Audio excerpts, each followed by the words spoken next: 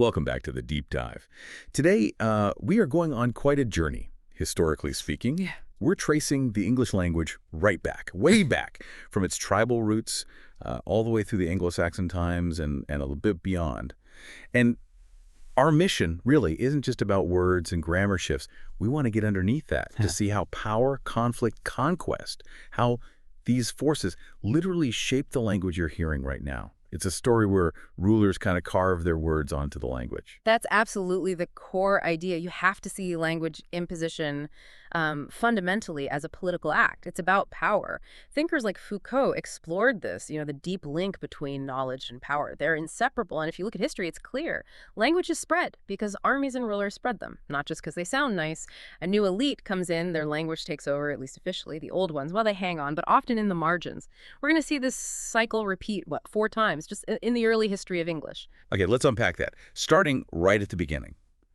On the island, England now, but before English was even a thing, before 450 AD, what were people speaking?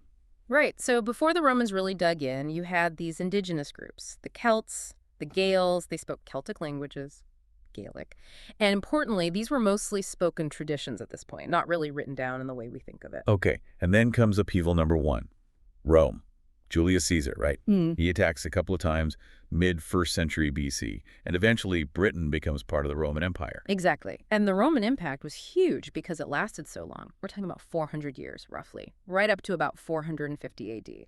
So for that whole time, Latin becomes the official language. Law, administration, the military, high culture, it's all Latin. And you mentioned religion playing a part too. Oh, massively. Christianity was spreading across Europe, and its language was Latin. The Bible, church services, all the scholarship, it was Latin. This gave Latin a kind of prestige, a weight, beyond just being the language of the conquerors. And, one of the most basic things we still have from them is, well, the alphabet, the A to Z we use. That's the Roman alphabet. English didn't have its own script back then, so we adopted Latin. 4 centuries, and then the Romans leave around 450 AD. That must have left a huge power vacuum. A massive one, and that's the next major turning point. The island becomes vulnerable, and in come waves of Germanic tribes from the continent, the Angles, the Saxons, and the Jutes. From sort of the area of modern Germany and Denmark, though Germany wasn't a nation yet. Okay, Anglo-Saxons, Jutes. And these are the people who bring the language that becomes English. That's it, precisely. They push out or absorb the previous groups, and their dialects start to merge. The Angles were probably the most numerous or powerful group. Ah, so Angleland. Exactly. England, the land of the Angles.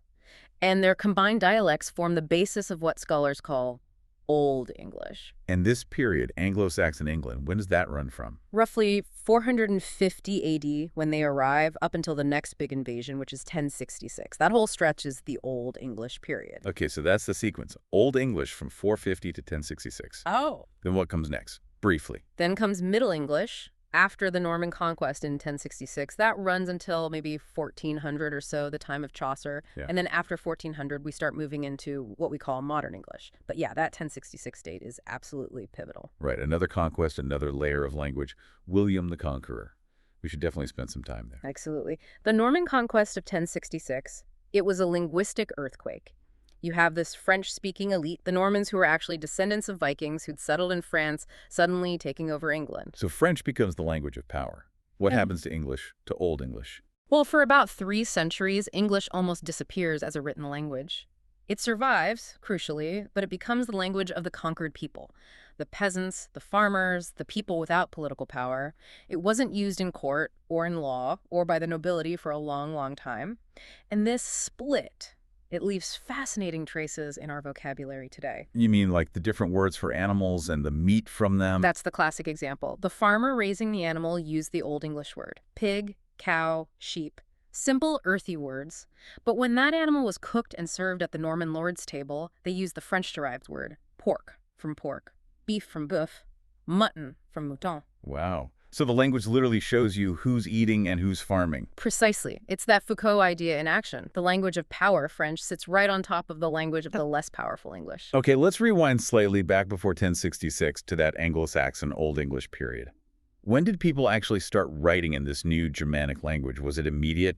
No, it was a slow burn. Actually, one of the earliest major writers we know from the period, Bede, wrote his famous history, The History of the English Church and People. Yeah, around 731 AD. Right. But he wrote it in Latin. Even then, centuries after the Angles and Saxons arrived, Latin was still seen as the proper language for serious scholarly work.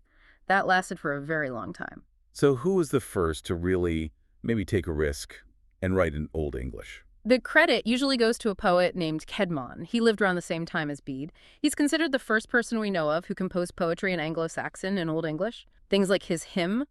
There were collections later called charms, too. But the really big one, the epic everyone's heard of, is Beowulf. Right? Absolutely. Beowulf is the masterpiece of the period. It's this long, sprawling, epic poem. Hero fights monsters, saves the day, kills a monster Grendel, then Grendel's mother, and later a dragon. It's like their Iliad or Ramayana.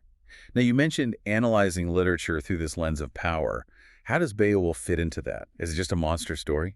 Well, it is a monster story, but some critical interpretations look deeper, connecting it back to this theme of power and ambition.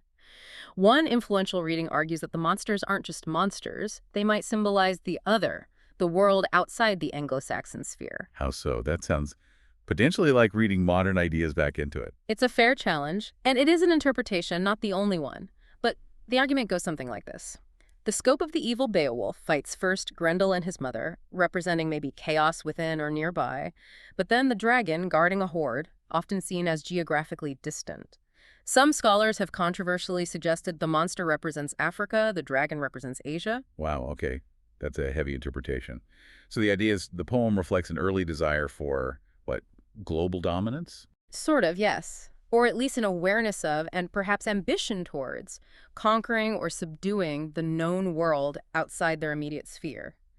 The idea is that the literature of a rising power often encodes its worldview, its aspirations, maybe even unconsciously.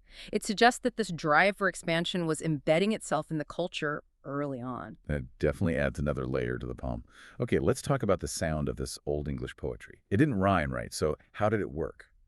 No rhyme as we know it, and no regular meter either, not like Shakespearean iambic pentameter or anything. It worked entirely on alliteration. Alliteration, the repetition of sounds at the beginning of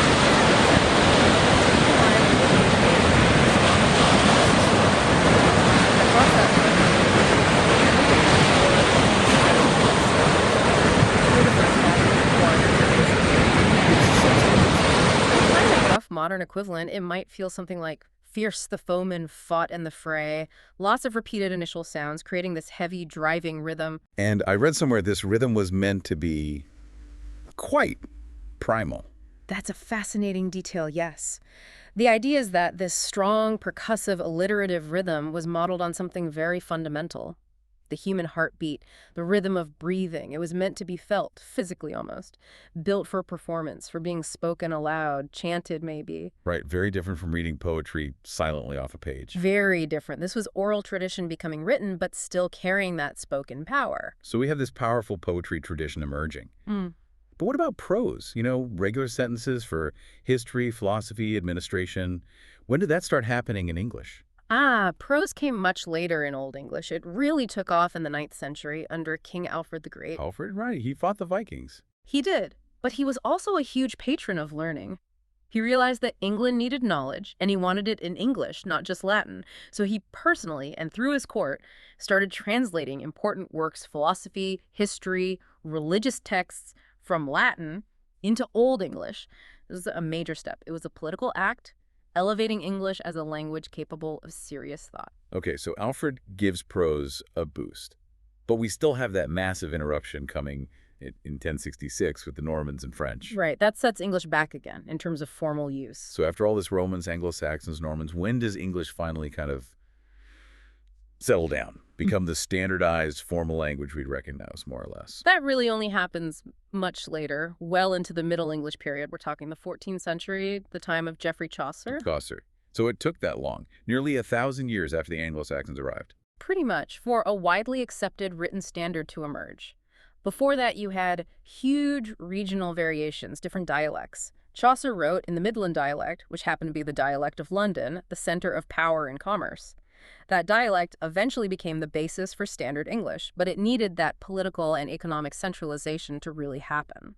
So wrapping this up, our deep dive shows English isn't pure at all. It's like Linguistic archaeology, layer upon layer from different rulers. Exactly. Celtic and Gaelic whispers underneath, then the massive foundation of Latin, especially the alphabet, then the core structure from those Germanic Anglo-Saxon dialects, and then this huge infusion of French vocabulary from the Normans. It really is a history of conquest written to our words. Absolutely. The story of English origins is a story of power. Who ruled, whose language was prestigious, whose was sidelined.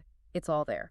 From the alphabet itself to why beef isn't called cow meat, it's political history embedded in everyday language. Which brings us to a final thought for you, our listeners, to ponder. If ancient literature like Beowulf might have, even unconsciously, encoded the geopolitical ambitions and worldview of its time, what cultural blueprints, what assumptions about power, political, social, economic, are embedded, maybe hidden, in the language and the media we use every single day? Something to think about next time you read the news, watch a film, or even just chat with friends. How does the language we use shape and reflect the power structures around us?